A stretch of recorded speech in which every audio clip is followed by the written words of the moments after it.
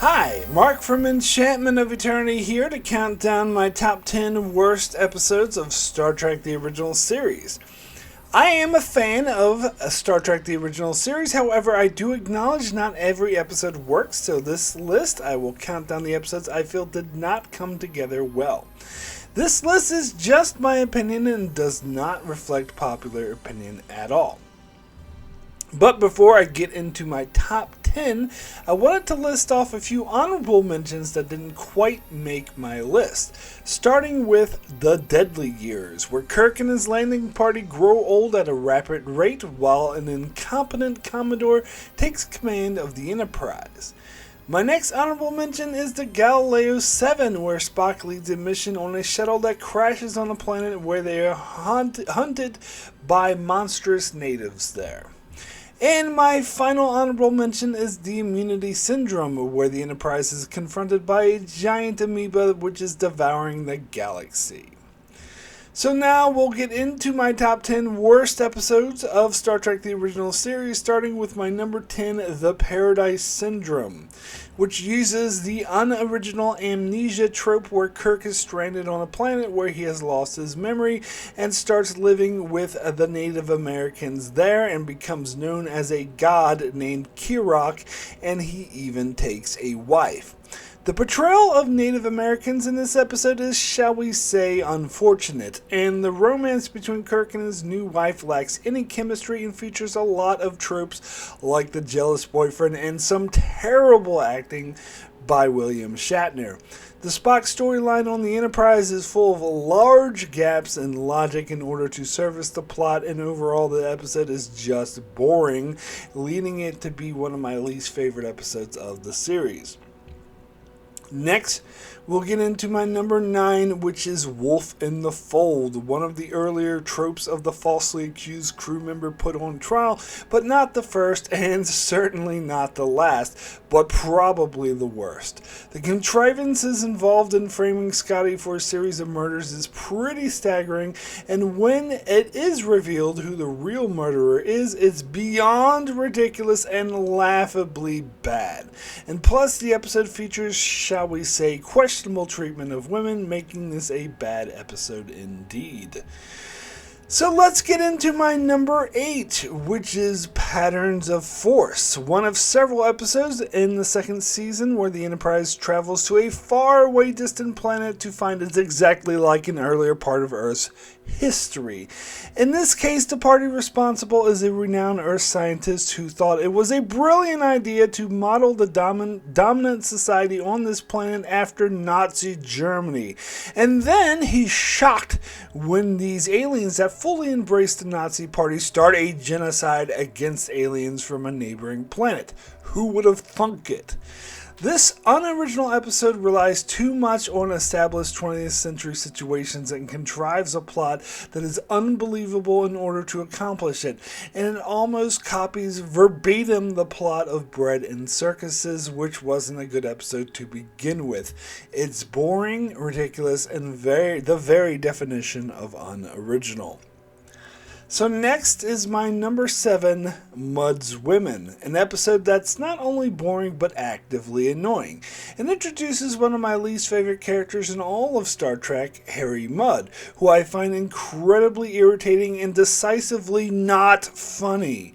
This features a misogynistic plot about these hot women who take a drug in order to become hot so they can be pimped off to random minors as wives. All the male crew members on the Enterprise, even Spock, act like cartoon characters whose tongues drop on the floor and their eyes bulge out of their heads simply because they see an attractive woman. Mudd takes advantage of this out-of-character behavior to swindle the crew in order to pimp out his women to annoying and boring minors. I plan to always skip this episode upon future rewatches to save myself the headache. So now we'll get into my number 6, which is The Apple, an episode I refer to as the ultimate red shirt episode, which takes the trope of random red shirts landing party members dying off to an absurd degree. But more importantly, these doomed extras die in the most ridiculous ways, which include being struck by lightning, tripping over an exploding rock, and my personal favorite, being hit in the shoulder by a man with zero fighting experience. And after all these deaths occur, they still drone on about how this planet looks like paradise, and Chekhov and a young yeoman think it's romantic to make out over all these red shirts' dead bodies. On top of all this, this episode copies the plot of Return of the Archons with another supercomputer that is controlling the planet's inhabitants. Kirk destroys this computer, which the natives were completely dependent on for all of life's essentials, but tells them that it's okay because he introduces the concept of sex to them.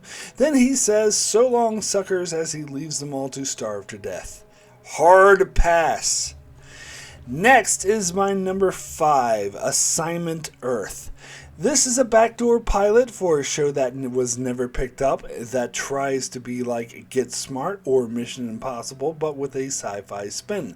Kirk and crew are shoehorned into this episode in order for Roddenberry to sneak this onto the airways because NBC rightfully said no to making this terrible idea of a pilot. Kirk and crew decide to travel to the 20th century for no reason other than so the plot of this episode can happen, and then they proceed to be bystanders in the plot for this episode that pretty much happens without them and is incredibly boring. This is an episode I really wish I could erase from canon.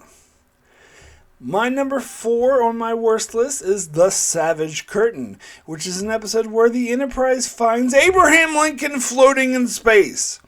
I don't think I need to say anything else to prove this episode belongs on a worst list, but on top of that, Kirk, Spock, and Lincoln beam down to a planet where they meet a historic Vulcan figure where they battle it out with Genghis Khan and 3 other fictional historical bad guys, where this fight determines whether or not the Enterprise will be destroyed and is shown on the view screen so the Enterprise bridge crew can see it. In other words, it copies the exact plot of Arena and Gamesters of Triskelion. Not only does this episode consist solely of ridiculous nonsense, it's unoriginal too.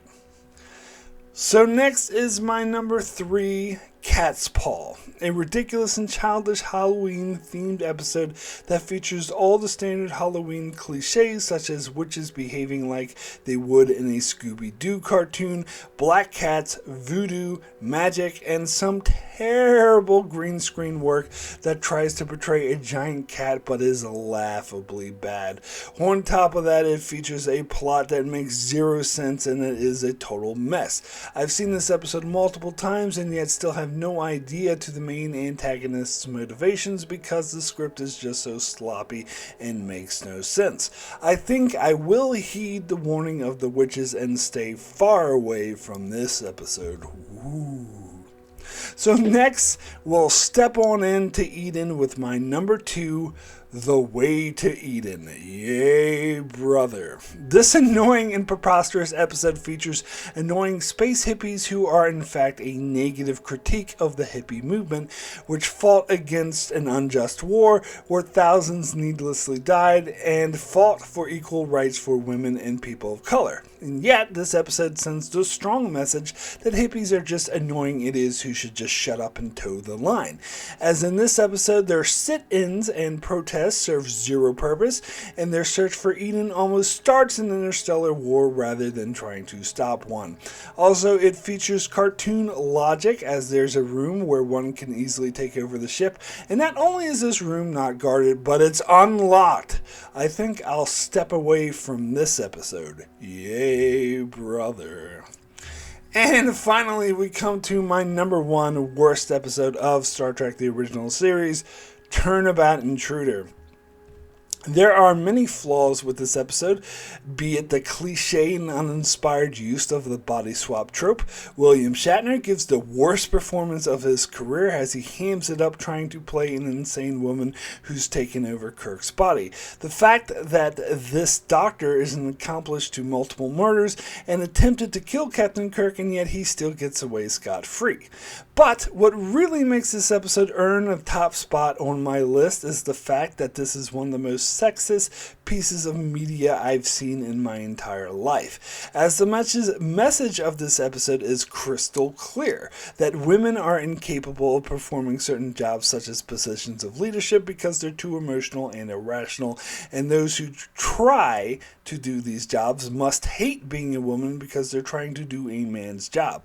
It also means they must be suffering from female hysteria, a word Scotty actually uses in this episode.